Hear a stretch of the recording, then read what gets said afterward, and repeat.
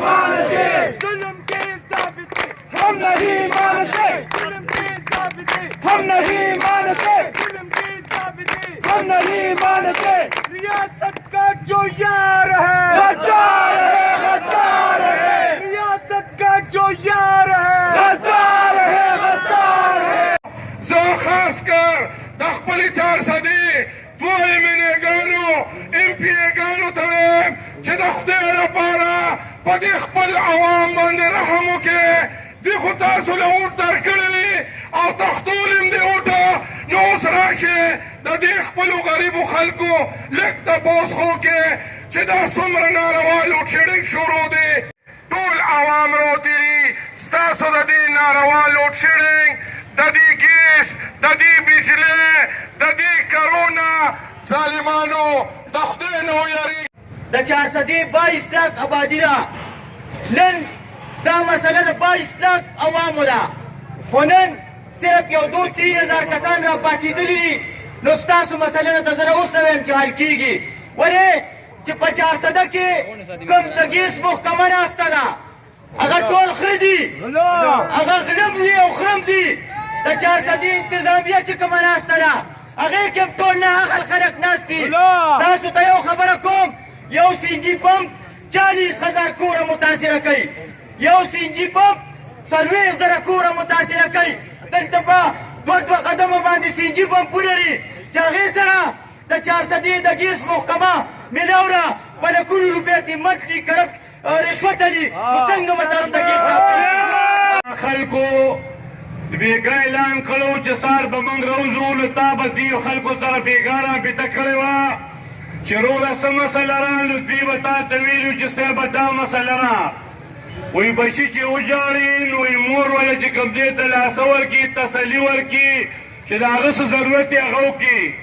نو ته خو په ما باندې دې حکومت هم مقرر کړی او خدای پاک تعالی صلاحیت درکړی دی، په هغه مرتبه په موږ باندې ته منتخب یې مقرر یې. نو تا نه به الله رب ذوالجلال د دې عوامو تپوس کوي. ډیپټي کمیشنر صاحب ته لاړ چې د مفتیانو د عالمانو نه تپوس وکړه چې دا خلک به په ورځ د محشر به د دې خلکو لاسي او ستا به ګریبان وي. چې یوازې د ګیس خبره نه ده، زموږ په دې ملک کې زموږ چې کوم بنیادي حقوق دي د هغې حق تلفي کېږي. او دا کوم سلیکټډ حکومت چې راغلی دی، نو دوی د خپل ځان لپاره په دفترونو کې خپل پرکټي کېنولي دي او د هغې په نقش قدم باندې هغه زموږ سیول انتظامیه ده یا زموږ نورې محکمې دي، نو د دغې خلکو په اشارو باندې چلېږي.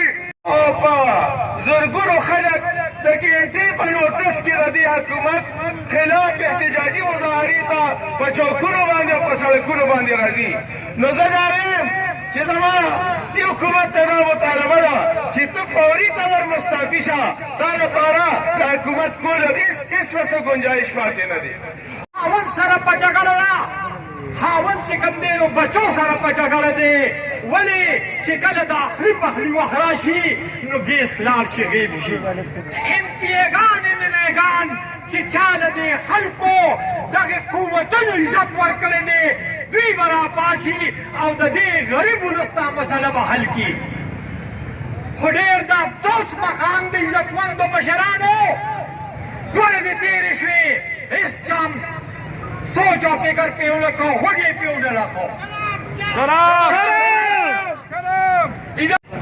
عزتمندو ما به دا نه منله چې دا سلیکټډ دي، خو چې کله دې د عوامو دا ظلمونه کېږي او په دې غوږ نه راښیي، نو زه دا نن برخلاف دلته وایم چې دا حکومت ټول سلیکټډ دی، دا چا راوستی دی، د خپل مقصد دپاره یې راوستی دی.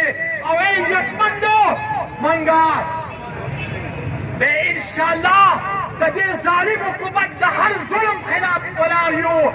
دا به قاسم علي صاحب ته وي دا به شهزاد دوی ته وي دا به تیمور اټک صاحب ته وي دا به جمیل احمد ول صاحب ته وي خو د دې فایده به زما خور ته وي زما مور ته به وي زما بچو ته به وي نو دې لپاره موږ ګډومې پر سر کې دا وایو چې ډي سي چې کېني چې سکرټ تیار کړي او که دا سکرټ تیار نه کړو نو موږ دا بالکل واضح وایو چې زموږ دا درنه زموږ دا مظاهره به یا به دې چوک کې نه وي دا به د ډي سي په بنګله کې وي انشاءالله د ډي سي په بنګله کې به زموږ پورې در نه وي ناسته به وي چې څو پورې ما د خپلې خور خپلې مور ما ته ټلیفون نه کړي چې کیس راغی دا پورې به انشاءالله موږ دا محاذ پر بریدونه زما وګورو دا زموږ مشترکه فیصله دا زموږ مشترکه دا وعده ده انشاءالله د دې نه پس چې بیا کله قاسم علي صاحب کله مصباح الله صاحب کله ګور شاه مولي صاحب اعلان وکړو انشاءالله موږ به د ډي سي په دفتر کې به حاضر یو هغې پورې به ناست یو چې زموږ مسله حل شوي